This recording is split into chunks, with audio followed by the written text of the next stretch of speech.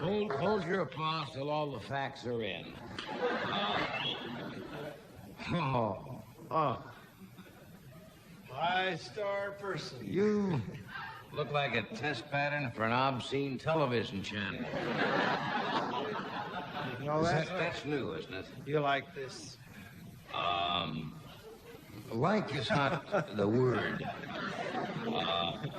I feel like I'm going to a silly lumberjacks convention. Yes, I know. Well, let's see.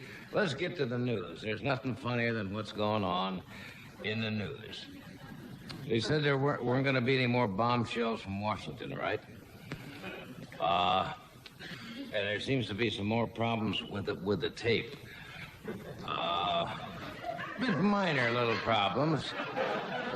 But I think it's time we got off the president's back. I think everybody's entitled to make 5 to 9 mistakes in a row.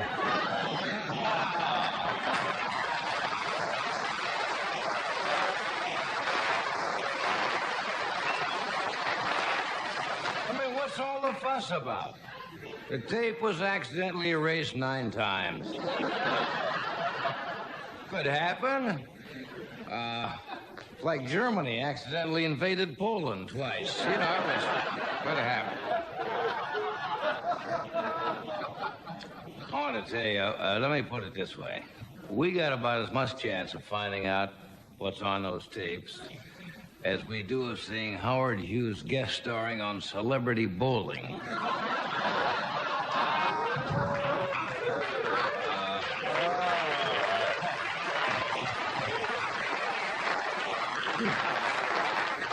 All I can think of, if you remember this old joke that goes back 15 or 20 years about the guy that was arrested for stabbing the man in the street. And that guy says, he came around the corner and ran into my knife 27 times. Backwards. It's a weird thing. Someone is in trouble. Now, as I understand it, I'm just reporting the news, you understand. Only 3 persons had access to that particular tape. Rosemary Woods, so she could be in trouble. Stephen Bull, so he could be in trouble. President Nixon, so Rosemary Wood and Stephen Bull could be in trouble.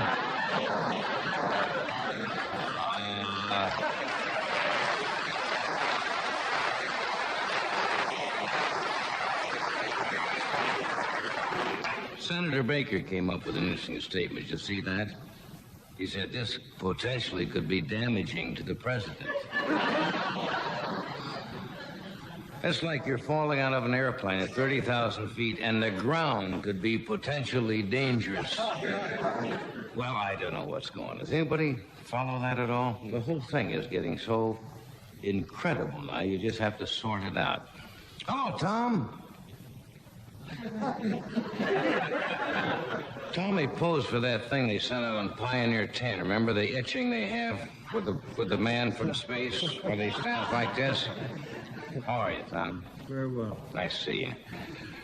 Tommy is... You may have noticed him, but Tommy has that certain nothing.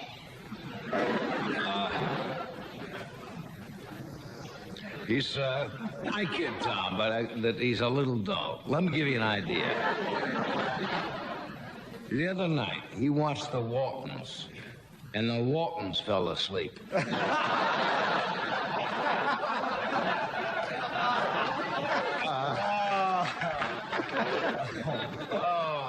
Isn't there any good news around in the world?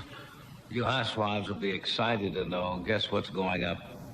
The price in this country, very quickly. The price of meat.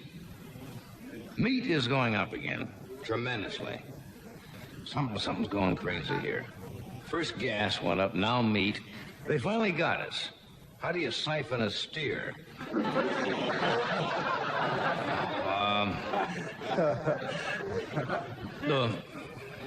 The wilderness societies, you know, they were fighting with the government, I guess, to win concessions on that Alaskan pipeline, and they finally given up. They're going to build a pipeline. They did get the oil companies to agree to one thing. They're going to spend $100 million so as to not to go through Ewell Gibbons.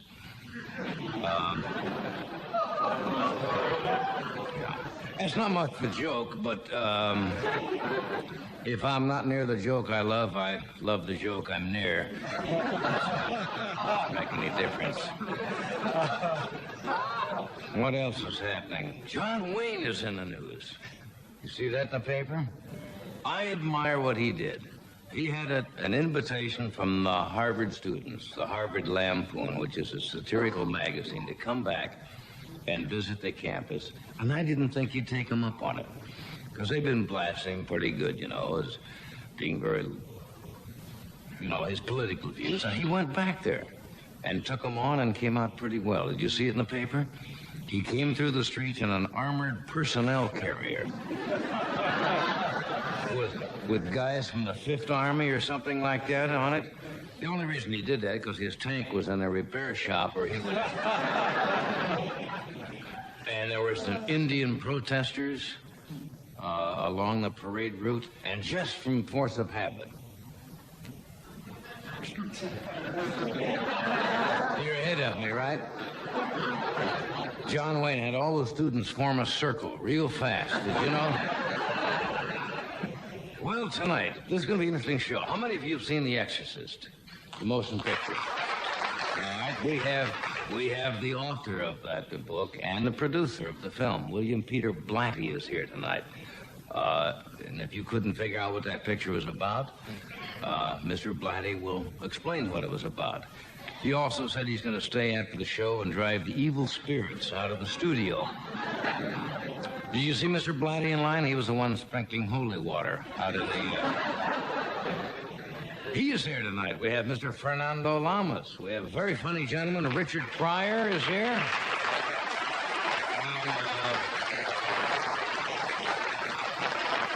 We have a new young lady on the show tonight. This is her first appearance on the show. I have not met her. A lovely young actress. Her name is Robin Hilton, and she's going to join us tonight. The staff has met her. Pretty girl. Pretty girl. Oh, okay. Yeah, where'd Doc go? What is this jacket molting already or something? Thank you for coming. We'll be with you in just one...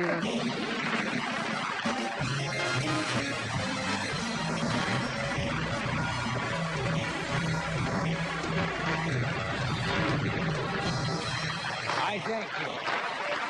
We'll be back.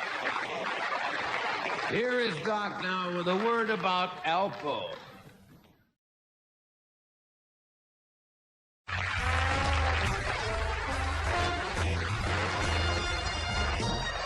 Did you have a new mural back of the band there? New backdrop. Yeah, how about that? What happens? Is that turned too? Yes, What happens when we turn it? You see something different. Oh. And it turns again. And it turns again and says goodbye. More to come, we are gone. But I miss the guy. Who does that? The job? John Shrum. Does John Shrum and the people from our prop and art department do that? Very nice. But I miss the picture of the guy that they used to have up there. Well, that was a little, I thought. You know, ego's too big a picture. No, that's not true either. They didn't tell me they were going to change it. I understand John is not with us anymore. Don't say that. Tommy Newsom is going to do something this coming, well, not this coming weekend, but the weekend following this weekend. Tommy Newsom is giving a concert and a clinic. And after his concert, you'll have to go to a clinic. No, at the University of Wisconsin in Green Bay on the 26th of January. How about that, huh?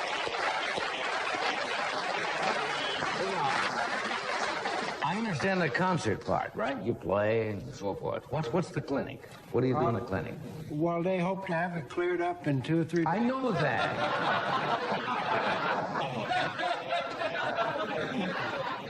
See, the people might be interested. I'm asking legitimate questions. Can't get a straight answer. But you sit with the students and talk about music and technique and so forth as in a clinic? I've never been to one before either.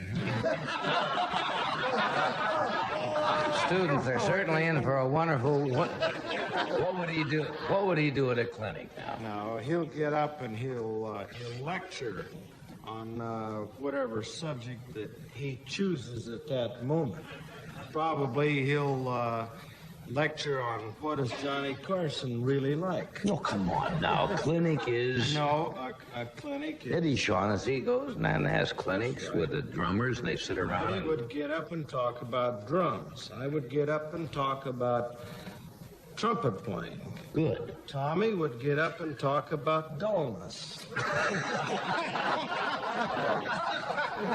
No, you know that we kid Tommy a lot about. Well, he certainly deserves it. No, that's Actually, not I'm going to talk about how to find peace through death.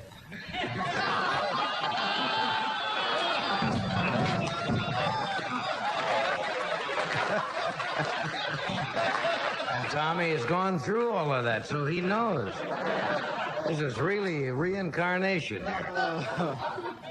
Peace through death. Anyway, they talk about his instrument, right? And so forth. Oh yes, you gonna do that? In the motel. Oh, come on.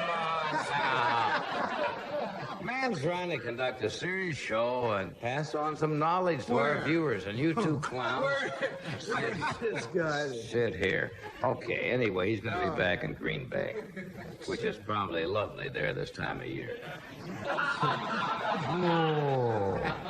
Why couldn't you get a clinic in Florida or someplace, or Palm Springs? You got to go to Green Bay. I'm going to Florida in July. That makes sense. Makes sense. The September clinic, Clorth in Death Valley, that he walks across. He and 30 musicians trying to walk across Death Valley. You know, as much as we kid Tommy, Yes. he writes really some of the most colorful and passionate music that we have in our possession. That's true. Tommy does a lot of the man's- charts for the orchestra. Yeah, And that in itself is really a great music. unique talent.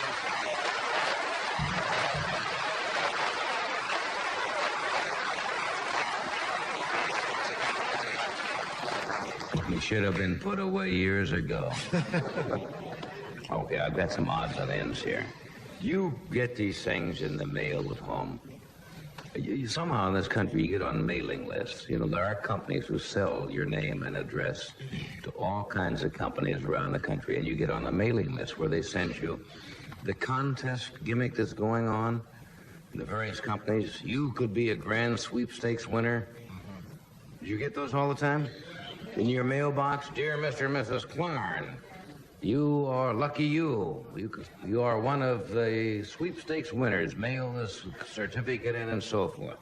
A gentleman sent me one that he had entered a contest. His name is Walter Wolanska, Wolanska, I believe. And he entered, and he got a letter from the Reader's Digest. And he was notified that he was a sweepstakes winner. Remember that? It's always a sweepstakes winner. And his check was in the mail. He sent me the check. I want to show you. First of all, I got his name. Can we get a close-up? First of all, they sent it to Mr. Wolanski instead of Wolanski. Misspelled his name. He lives in Lindenhurst, New York. And here is his wonderful sweepstakes winner. $0.10. True. Now, I'm not making this up. He got a 10-cent check as one of the sweepstakes winners. Isn't that a lovely contest? And to buy the magazine. What's the magazine sell for? $50? and 8 cents postage. He lost 48 cents on that deal. Isn't that something? I guess he's a winner. He's got the check here. Now I don't know what to do with the check. Here's an item. You know, if you think you got an energy crisis here, London and countries, England and Holland really have got countries, got problems. Of course they have countries. It's a picture of the girls that work over there in the, what's the club? Well, they're strippers.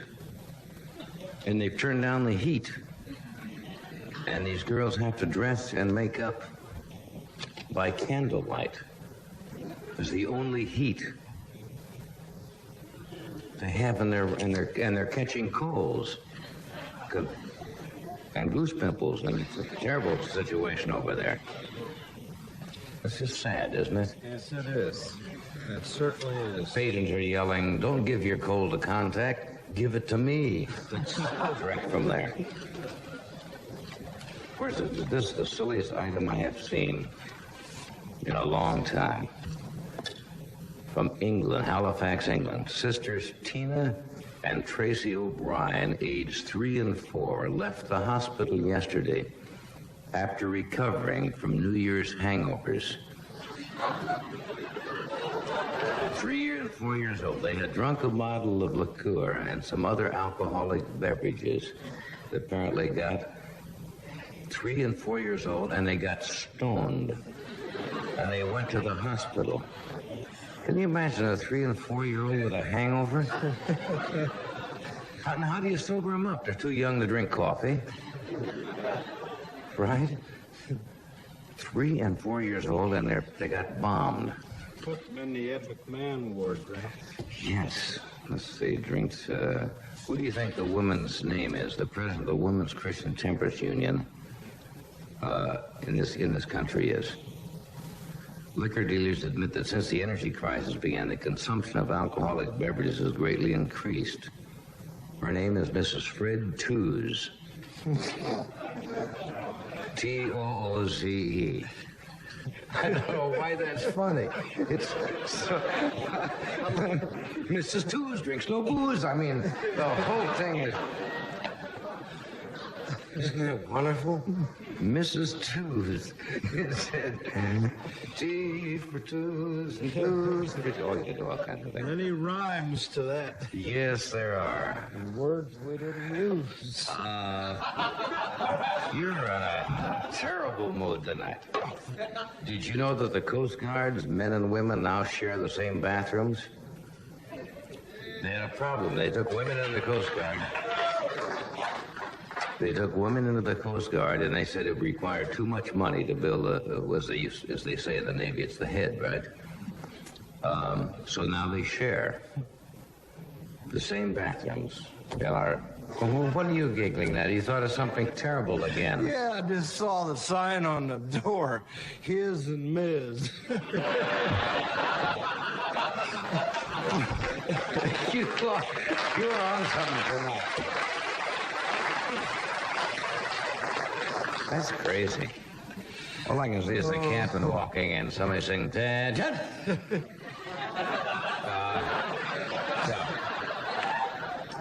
Do you know what filler items are in newspapers, what they call fillers? These are little items that they use to fill out a column when they don't have anything else. This must have been the slowest news day ever. I don't even know what paper it's from. This is what they call a filler item. The Jan Smuts Airport has been ranked from Africa, Johannesburg, Africa, has been ranked as the world's 35th busiest.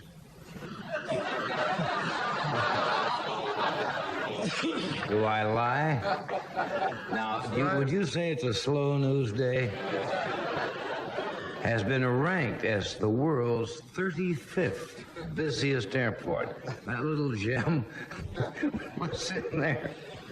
I got the third fattest dog in my block. I don't understand this. It has 52,000 takeoffs and landings and serves 2 million passengers. It's only the world's 35th. Isn't that it? 34th is a wheat field in Topeka, I think. But what else we got here? These are just some crazy things. You know, but I love the sweepstakes.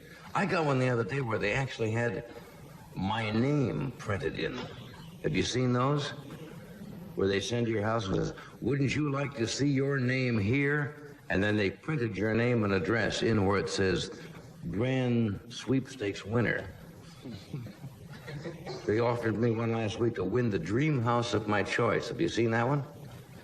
They put your name in. You can win the dream house of my choice.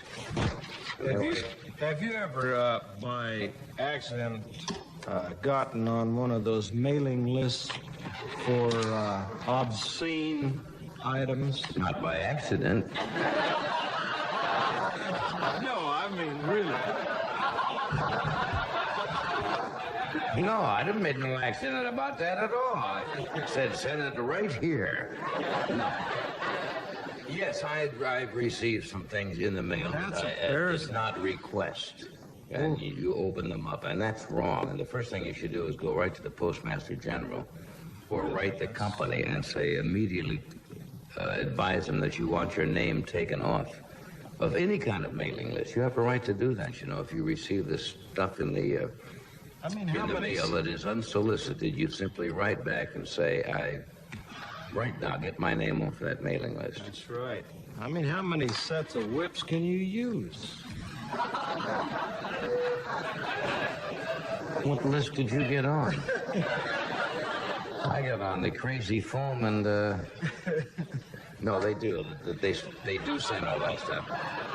Because there are businesses in this country who do nothing but make up lists and sell them to other businesses. So you could be on a mailing list and not ask for any of these. The best thing to do.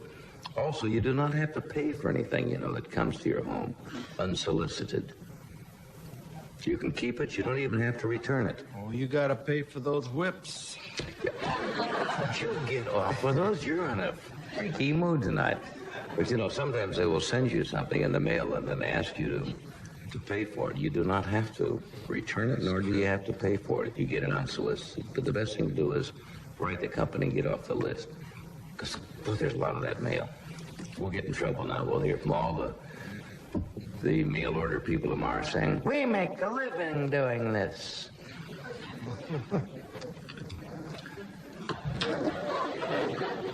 What was I going to say? Oh, we have on the show Fernando Lamas, William Peter Blatty, the writer and producer of The Exorcist.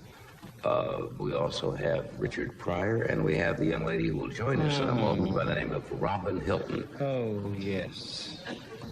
I have not. You must have seen her. I have seen Robin Hilton. I have not seen her. They say she's a pretty young lady. This is a lady for sure. And I want you to treat her with dignity. We'll be right back after a word from one of our sponsors. Just do that.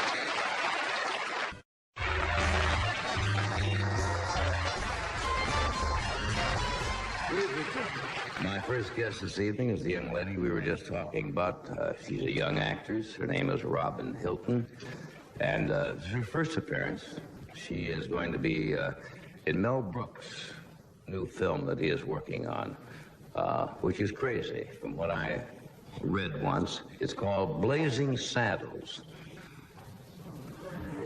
That'll give you an idea of Mel's mind. Would you welcome Robin Hilton?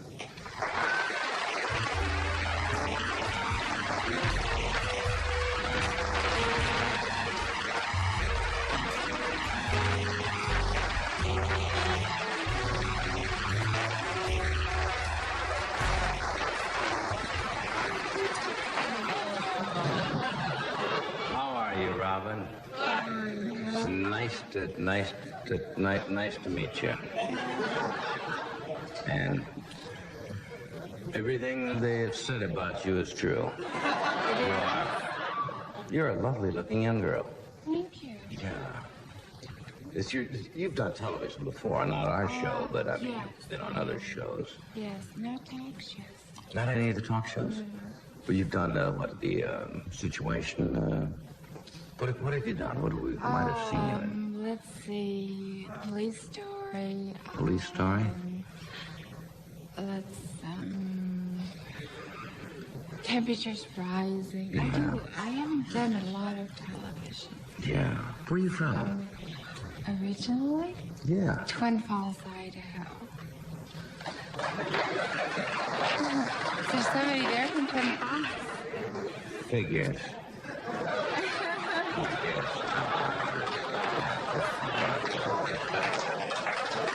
That's nice country back there. Really is. That is beautiful country. A small town? Yeah, it's the third largest city in Idaho, which doesn't mean anything. Yeah. I'm from a farm, actually. I'm not from the town. Yeah. How long have you been in California? About 2 years. Yeah. What made the girl from Idaho to decide to come to California? Oh, to be a movie star. Really? Right. Well, did you enter beauty contests and things like that back No, there? I didn't. I don't believe in contests. Really? Right. What? That's what most girls do. They go into a local beauty contest and somebody says, why don't you go to Hollywood? And Right. No, I decided when I was 3 years old to become an actress. Really? Right. I decided I'd be a star. why? Who did you admire? Would you go to movies when you were young? Oh, yes, yes. I would say, before my time, I'd say Carol Lombard was super fantastic. Carol Lombard, yeah. Right. Clark Gable. Clark Gable. Right. How about the current people? Don't you? The current young stars intrigue you? Neil Diamond. Neil Diamond. Right. Yeah. That's it. Doc, you've fallen quiet over there. No, I seem to have lost my Congressional Medal of Honor. Never.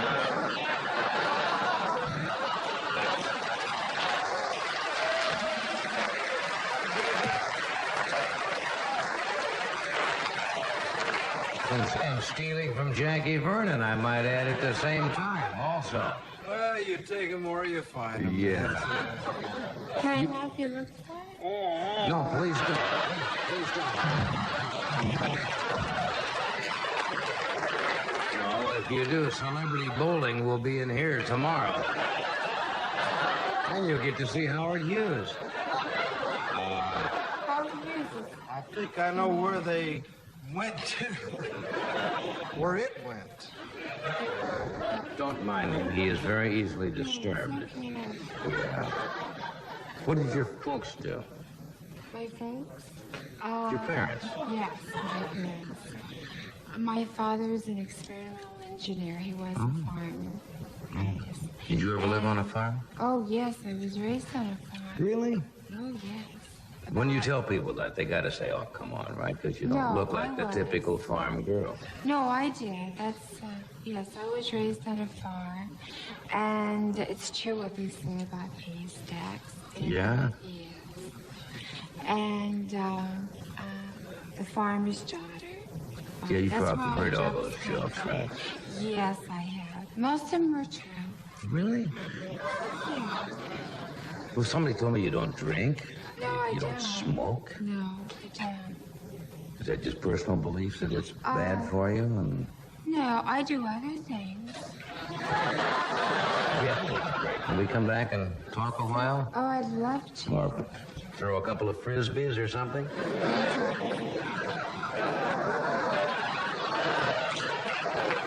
We're gonna be right back after this word from Gentle Excedrin PM. It's the pain reliever that helps you get a good night's sleep.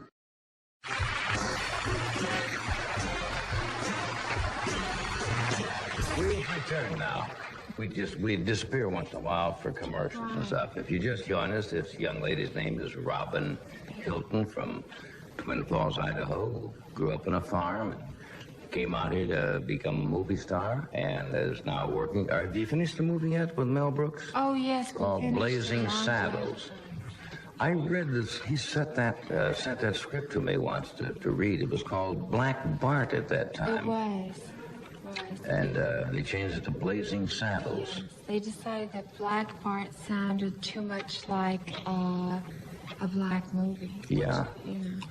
It's a crazy, insane script. Totally I remember reading it, and it's just nutty. It is. Well, Mel Brooks is totally insane. I mean, Yeah. incredible man. Incredible to work with. Yeah. Very funny. I play Miss Stein. Miss who?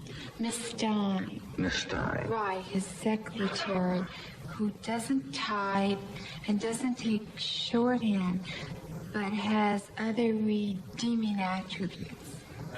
That's good old Mel. Right. How did you meet him now? Did you meet him through something else you had done, or did No, you have to no, go no. audition, or? Yes, I did. I just walked in and he says, "Oh, you're Miss Stein." It was really insane. You just walked in the door and Mel just made his decision like that. Right, it was very fast. Before I knew it, I was up in wardrobe. Before you knew it, you were up in wardrobe. Right. Good old Mel. He has an eye for casting. Yeah, He really does. It's very good.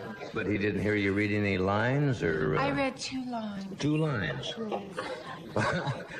Cool. What were I don't know whether I want to ask you what those lines were. Like, where is wardrobe and how are you, Mel? Right, that was just about. Anyway, the wardrobe. I don't have very much wardrobe in it. You know. I wear sort of a little nighty kind of thing. I think they call them corsets. That was the name. Yes. Yes, they used to have corsets. Right, and sort of a misty lilac, and I wear about 5-inch heels, so that he hits me just about here. And he's very short. He's very, very tiny.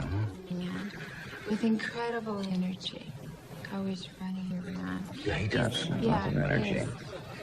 He's like he's everywhere all at once. That's Mel. Everywhere at once.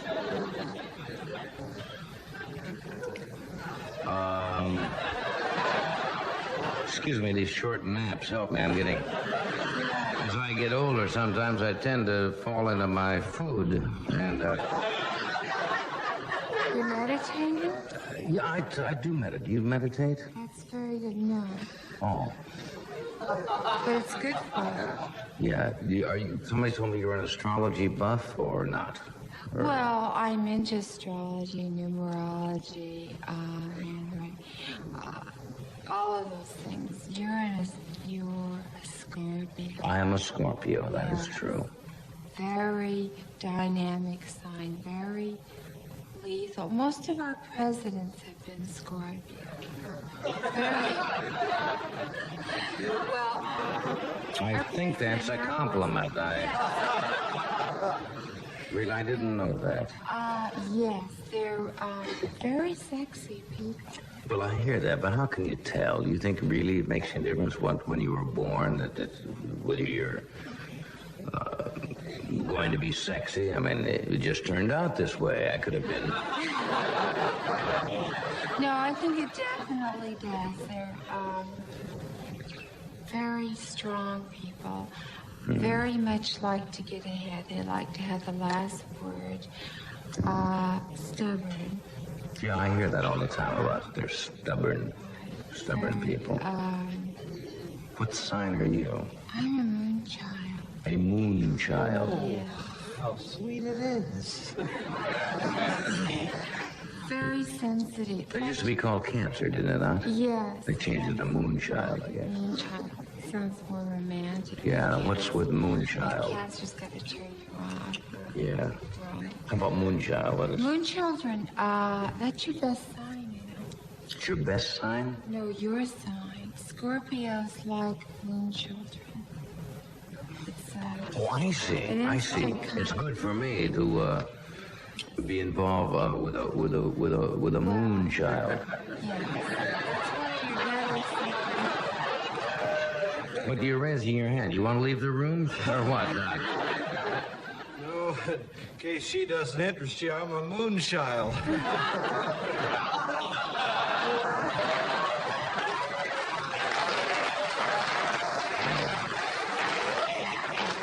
Oh, that's interesting. Can you go for numerology and? All of that stuff, huh? Right, I believe in reincarnation. You believe in Yes, reincarnation? I do. You believe you've lived before? Mm-hmm. Do you have any idea what you were before when you were here? Well, lots of people do. They say, oh, I was here as Aristotle. I was here as, Queen Nefertiti. Oh, no, I don't think. I know I've always been female. Mm-hmm. That I'm sure. No argument here. What would you like to come back? If you had a choice, you could come back as somebody else in your next life. Would you choose yourself, or would you prefer to be somebody else? I know, I like being myself. Mm-hmm. It's fine. Would you choose someone else?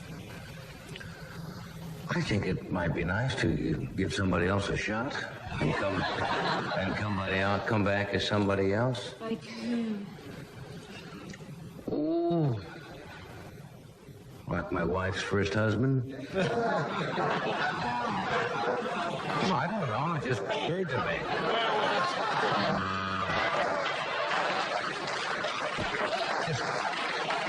I meant that as a compliment, you see. I meant that as a compliment. No, I'd like to come back as a woman once. A woman. I really would. Why? Just to see what it would be like.